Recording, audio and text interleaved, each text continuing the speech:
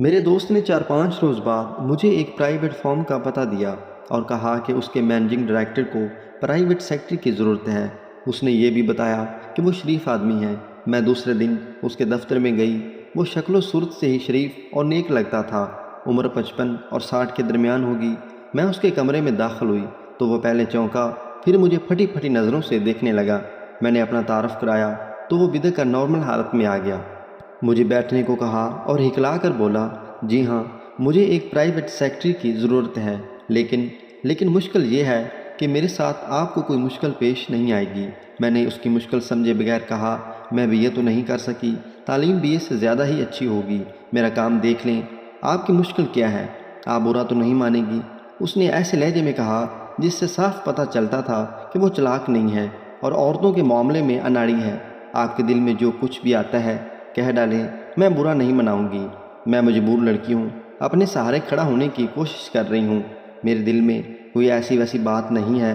اس نے کہا، مجھے دراصل اتنی خوبصورت اور اتنی جوان لڑکی کی ضرورت نہیں تھی۔ وہ گہری سوچ میں پڑ گیا۔ بہرحال میں آپ کو رکھ لیتا ہوں، برقع اتار دیں، اگر آپ قبول کر لیں تو میں آپ کو 300 روپے ماہوار تنخواہ دوں گا۔ میں نے یہ تنخواہ قبول کر لی۔ اس نے میرا ایڈریس پوچھا تو میں نے اس کوٹھی کا نمبر دے دیا جہاں ان 4 نوجوانوں نے مجھے پناہ دے رکھی تھی۔ اس نے مجھ سے ذاتی باتیں پوچھنی شروع کر دی۔ مجھے جس چیز نے متاثر کیا وہ اس کا خلوص تھا۔ میری مجبوری سنے بغیر اس نے افسوس کا اظہار کیا کہ مجھ جیسی لڑکی نوکری کرنے پر مجبور ہو گئی ہے۔ اس کی باتوں میں مجھے مشفق باپ کی بڑی صاف جھلک نظر آئی۔ میں نے دل میں اسے باپ کا درجہ دے دیا اور سوچا کہ کچھ روز بعد اسے کہوں گی کہ میری رہائش کا بھی کوئی انتظام کر دے، اور اگر اس کے بچے پڑھتے ہیں تو میں انہیں پڑھا دیا کروں گی۔ وہ میرے ساتھ بڑی میٹھی میٹھی باتیں کرتا رہا۔ ذرا میری حالت پر غور کیجیے، میں گھر سے بھاگی ہوئی تھی، کوئی سہارا اور کوئی ٹھکانہ نہیں تھا۔ اسی شہر میں رہتے یہ خطرہ سر پر منڈلاتا رہتا تھا کہ اپنے والد صاحب یا بھائیوں کو نظر آ جاؤں گی یا کوئی جاننے والا مجھے دیکھ لے گا۔ اس لیے میں نے اپنے آپ کو برقعے میں لپیٹ لیا تھا۔ میری سب سے بڑی مشکل یہ تھی کہ میں نے شریفانہ زندگی بسر کرنے کی قسم کھا لی تھی۔ اس قسم کے پیش نظر میرے والدین کا گھر بھی شریفوں کا گھر نہیں تھا، ورنہ میرے لیے نہایت آسان راستہ یہ تھا کہ کسی دولت مند عیاش کی داشتہ بن جاتی۔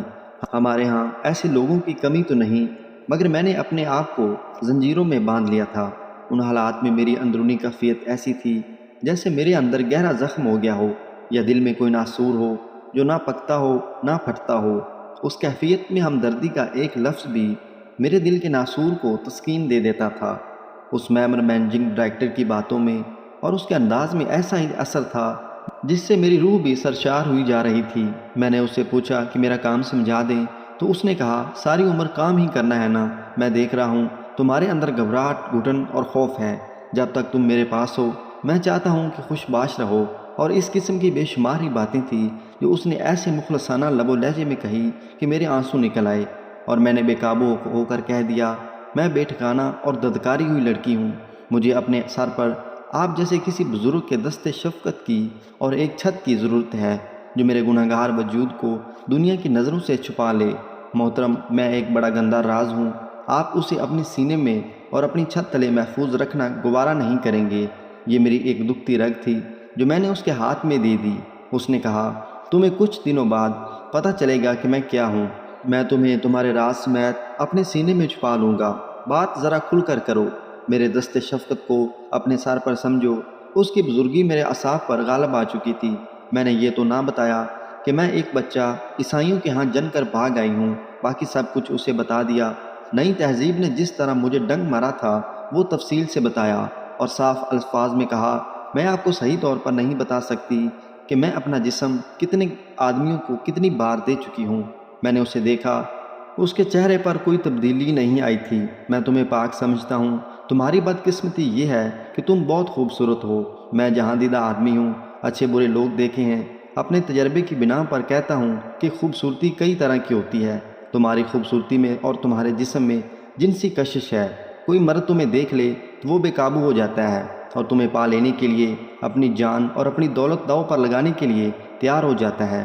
مگر اب مجھے جنسیت سے چڑ ہو گئی ہے۔ میں نے کہا، میں تو شاید کبھی غصے میں آ کر اپنا چہرہ اپنے ناخنوں سے نوچ لوں گی اور اسے اس قدر بھیانک بنا دوں گی کہ جو مرد مجھے دیکھ کر بے قابو ہو جاتے ہیں وہ مجھے دیکھ کر نفرت سے منہ پھیر لیں گے۔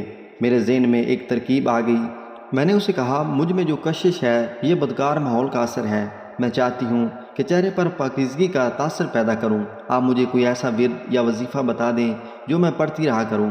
مثلاً آیت کریمہ ہے، میں گناہوں میں ڈوبی رہی ہوں، لیکن اس عظیم حقیقت کی منکر نہیں ہو سکتی کہ نجات نماز، روزہ اور قرآن میں ہے۔ مجھے کچھ بتائیں جو میں پڑھتی رہوں اور جس سے میرا ضمیر پاک ہو جائے اور میرے چہرے سے جنسیت کی کشش پاکیزگی میں بدل جائے۔ اس موضوع پر باتیں کرتے کرتے ہمارے درمیان کوئی حجاب نہ رہا، مگر میں اسے باپ ہی سمجھتی رہی۔ میری نظر میں اس کا مقام بلند اور پرعظمت تھا۔ اس نے مجھے نماز پڑھنے کی نصیحت کی اور کہا کہ وہ مجھے ایک وظیفہ بتائے گا۔ کھانے کا وقت ہو رہا تھا۔ اس نے ایک بڑے ہوٹل سے نہایت پرتکلف کھانا دفتر میں منگوا لیا اور مجھے اپنے ساتھ بٹھا لیا۔ اس کا دفتر بہت خوبصورت اور کشادہ تھا۔ ایک طرف صوفہ سیٹ اور ایک دیوان بھی رکھا تھا۔ میں برقع اتار چکی تھی۔ اس کے ساتھ کھانا کھایا۔ اس دوران میں نے اس کے بیوی بچوں کے متعلق پوچھا تو اس نے بتایا کہ اس کے 2 بیٹے میری عمر کے ہیں اور ان سے چھوٹی 3 لڑکیاں ہیں اور اس کی بیوی زندہ ہے۔ اس نے اپنی بیوی کا نام ایسے لہجے میں لیا جیسے کسی ترمش اور کڑوی چیز کا نام لیتے لوگ منہ بنا لیتے ہیں۔ مختصر یہ کہ وہ اپنی بیوی سے نالاں تھا۔ میں زندہ دل آدمی ہوا کرتا تھا۔ اس نے کہا، مگر اس بیوی نے مجھے جوانی میں ہی مردہ کر دیا تھا۔ اس نے بیوی کے خلاف شکایتوں کا دفتر کھول دیا، جس سے یہی ظاہر ہوتا تھا کہ یہ شخص مظلوم ہے اور اس نے بڑی ہی روکھی پھیکی زندگی گزاری ہے۔ اس نے بتایا کہ وہ دن رات محنت کرتا ہے۔ یہ فارم اور یہ کارخانہ وہ اس کی شبانہ روز محنت کا حاصل ہے، مگر اسے وہ روحانی اور جذباتی سکون ساری عمر نہیں ملا جو تھکے ماندے مرد کو عورت سے حاصل ہوتا ہے۔ اس طرح اس نے مجھے بڑی تفصیل سے بتایا کہ ایک تشنگی ہے جو اسے پریشان رکھتی ہے۔ مجھے اس کے ساتھ دلی ہمدردی پیدا ہوگی۔ جس طرح اس نے میری مصیبت کو اپنی مصیبت سمجھ لیا تھا، اس سے اس نے میرے دل پر قبضہ کر لیا اور میری نظر میں عظیم انسان بن گیا۔ وہ دن ذاتی باتوں میں گزر گیا۔ دوسرے دن میں گئی تو اس نے دوستوں کی طرح میرا استقبال کیا۔ میں نے اسے کہا کہ مجھے دفتر میں بیٹھنے کی جگہ بتا دیں۔ اس نے جواب دیا، میرے سامنے بیٹھنا تمہیں پسند نہیں، تمہاری جگہ یہی ہے۔ اس نے میری ڈیوٹی کے متعلق مجھے کچھ باتیں سمجھائی، اپنے کاروبار کی معلومات دی، ٹیلی فون سننا اور جواب دینا سکھایا اور اپنی ذاتی خط و کتابت کی فائل دکھائی۔ سب سے زیادہ ضروری جو بات اس نے مجھے بتائی وہ یہ تھی کہ اس کے تیار کیے ہوئے مال کے گاہک زیادہ تر سرکاری محکمے ہیں۔ ان محکموں کے متعلق اس نے مجھے بتایا کہ ان کے افسر وقتاً فوقتاً ٹیلی فون کرتے رہتے ہیں۔ انہیں خوش رکھنا بہت ضروری ہے کیونکہ مال کے آرڈر انہی سے ملتے ہیں۔ آدھا دن کاروباری باتوں ہی میں گزر گیا۔ ہوٹل سے کھانا آیا جو ہم دونوں نے کھایا اور پھر ذاتی باتیں شروع ہو گئی۔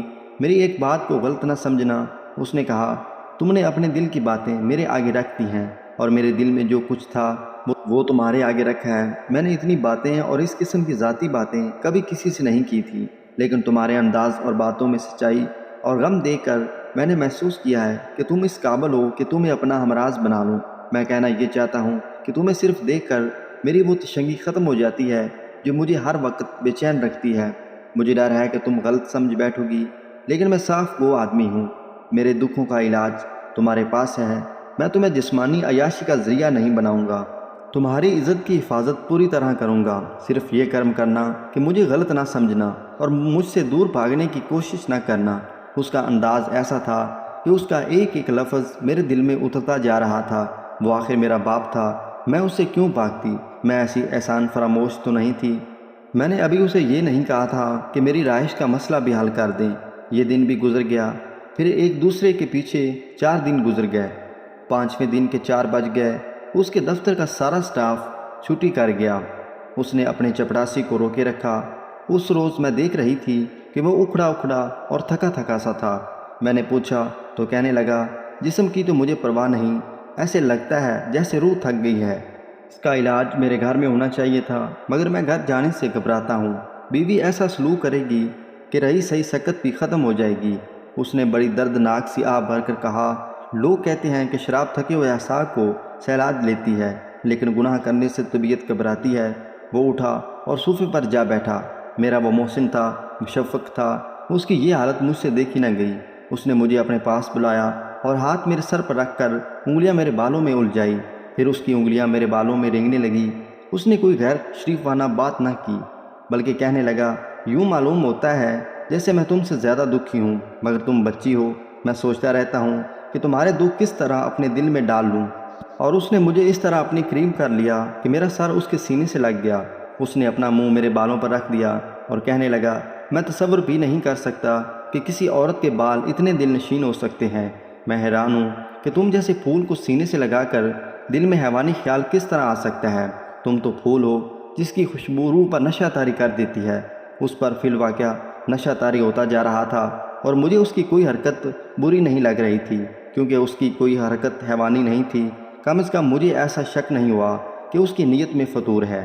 اس نے جب میرا چہرہ اوپر اٹھا کر میری دونوں آنکھوں کو باری باری چوم کر کہا، میں خدا کی قدرت کے حسن کی داد کس طرح دوں، تو بھی میں نے برا نہیں مانا، بلکہ مجھے اس بچی کی طرح سکون محسوس ہوا جسے باپ اٹھا کر سینے سے لگا لیتا اور اس سے پیار کرتا ہے۔